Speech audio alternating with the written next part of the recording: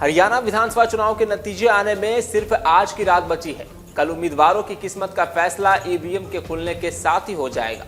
लेकिन आज की रात पार्टियों की टेंशन बढ़ने वाली है, क्योंकि राज्य में सरकार बनाने को लेकर के सियासी दलों के बीच घमासान जारी है। एग्जिट पोल के नतीजे कांग्रेस के पक्ष में इशारा कर रहे हैं, लेकिन बीजेपी भी तीसरी बार सरकार बनाने की उम्मीद कर रही है। क्षेत्रीय दलों को भी त्रिशंकु विधानसभा की स्थिति में अहम भूमिका निभाने की उम्मीद है। अब ऐसे में कल का दिन बेहद दिलचस्प होने वाला है, यानी 8 अक्टूबर। कल वोटों की गिनती होगी और मतगणना शुरू होते ही रुझान आने शुरू हो जाएंगे और शाम होते होते कहीं खुशियों की बारिश होने लगेगी तो कई लोगों की शाम गम के साए से घिर जाएगी। लेकिन रिजल्ट से पहले वाली रात तो सबके लिए भारी होने वाली है। उम्मीदवारों के लिए दिल की धड़कनें बढ़ रही है कि आखिर कल क्या होने वाला है।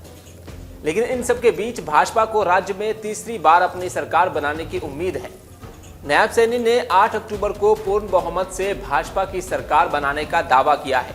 उन्होंने विपक्ष पर तंज कसते हुए कहा है कि 8 अक्टूबर को जनता जवाब देगी, लेकिन विपक्षी दल ईवीएम मशीन खराब होने की बात कहेंगे। देखिए, 8 तारीख को हम सरकार बना रहे हैं। मेरे पास सभी रिपोर्ट्स हैं और 8 तारीख के बाद आपके सामने है 8 तारीख को जनता देगी जवाब और ये कहेंगे कि ईवीएम है खराब। जनता जवाब देगी 8 तारीख को। हरी आरोप लगाएंगे, ये कहेंगे ईवीएम खराब है, ईवीएम को दोष देंगे। ये देने वाले हैं, आप देखना है जी। मैंने क्या कहा है, 8 तारीख को जनता देगी जवाब, ये कहेंगे ईवीएम है खराब। मैंने कहा है कि पूर्ण बहुमत से हम सरकार बना रहे हैं और देखिए कई सीटों के ऊपर हमारा मुकाबला था, इसलिए हम छूटे नहीं हैं। कई सीटों पे मुकाबला में हैं हम। भारतीय जनता पार्टी पूर्ण बहुमत से सरकार बना रही है। वहीं दूसरी तरफ भूपेंद्र सिंह हुड्डा ने भी भारी बहुमत से सरकार बनाने का दावा किया है। उन्होंने कहा है कि कल एग्जिट पोल आया, मैं तो 1 महीने से कह रहा हूं कि हरियाणा में कांग्रेस की सरकार बनेगी। एग्जिट पोल तो कल आए होंगे ना, और मैं तो 1 महीने से हम कह रहे हैं कि हरियाणा के लोग फैसला कर चुके हैं, छत्तीसगढ़ी, कि हरियाणा में अब की बार कांग्रेस की सरकार। आप लोग खुद का पोल से लगा, आप लोग भी सीनियर लीडर हैं, आप लोगों ने असेसमेंट किया होगा। कांग्रेस पार्टी भारी बहुमत से सरकार बनाएगी। कितनी सीटें आएंगी सर? आप लोग सीटें नहीं, बहुमत से बनाएगी, अच्छी बहुमत से बनाएगी। सरकार कांग्रेस की बनने जा रही है। हुड्डा जी, आप ये कह रहे हैं जिस तरीके से हम देख रहे हैं बीजेपी ये दावा कर रही है कि हमारी सरकार बनेगी, उनके दावे के पीछे क्या वजह मानते हैं आप? कुछ ही तो पता नहीं क्या क्या दावा करते रहे, तो लोकसभा में क्या क्या दावा करते थे हरियाणा में, और नतीजा क्या हुआ। देखिए 10 लोकसभा के हमारी पार्लियामेंट्री हल्के हैं, 10 की 10 में है। कांग्रेस का वोट शेयर बढ़ा है जो पीछे चुनाव हुए, और बीजेपी घटा है। 90 असेंबली क्षेत्र है, असेंबली के 90 में कांग्रेस का वोट शेयर बढ़ा है और बीजेपी घटा है। साफ संकेत लोगों ने दे रखा है कि अब की बार हरियाणा में कांग्रेस की सरकार।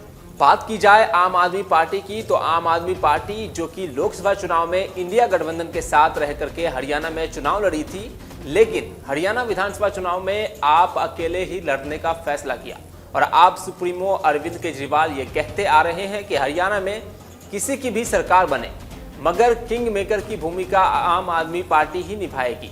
हालांकि जब सुशील गुप्ता से हरियाणा के एग्जिट पोल को लेकर के सवाल पूछा गया तो उन्होंने कहा कि 8 तारीख को चौंकाने वाले नतीजे आएंगे और आम आदमी पार्टी निर्णायक भूमिका अदा करेगी। हरियाणा की जनता ने बढ़ती हुई बेरोजगारी के खिलाफ, नशे के खिलाफ वोट किया। हरियाणा की जनता बदलाव के लिए वोट कर रही है और चौंकाने वाले परिणाम 8 तारीख को हरियाणा में सामने आएंगे। आम आदमी पार्टी के एक कार्यकर्ता ने बहुत मेहनत की है, एक बहुत बढ़िया वोट परसेंटेज मिलेगा और मुझे पूरी उम्मीद है कि हम निर्णायक भूमिका के अंदर आएंगे। बात वहीं जेजेपी की करें तो जेजेपी को भी एग्जिट पोल में फायदा मिलता हुआ नजर नहीं आ रहा है। साल 2019 में विधानसभा चुनाव के नतीजे आने के बाद बीजेपी ने जेजेपी के साथ मिलकर हरियाणा में सरकार बनाई थी, लेकिन लोकसभा चुनाव के ऐन पहले जेजेपी से बीजेपी ने ब्रेकअप कर लिया और अकेले ही दोनों ने लोकसभा चुनाव लड़ा। हालांकि जेजेपी को कोई कामयाबी नहीं मिली और बीजेपी को 5 सीटें भी लोकसभा चुनाव में गंवानी पड़ी। इसके बाद जेजेपी ने यूपी की पार्टी एएसपी से चुनावी गठबंधन कर चुनाव लड़ने का फैसला कर लिया और अब दोनों साथ साथ हैं। जैसे ही हरियाणा में एग्जिट पोल का नतीजा सामने आया, इसके बाद से ही कांग्रेस के हौसले बुलंदियों पर हैं। अब ये सवाल उठता है कि अगर सरकार कांग्रेस की बन गई तो सीएम कौन होगा।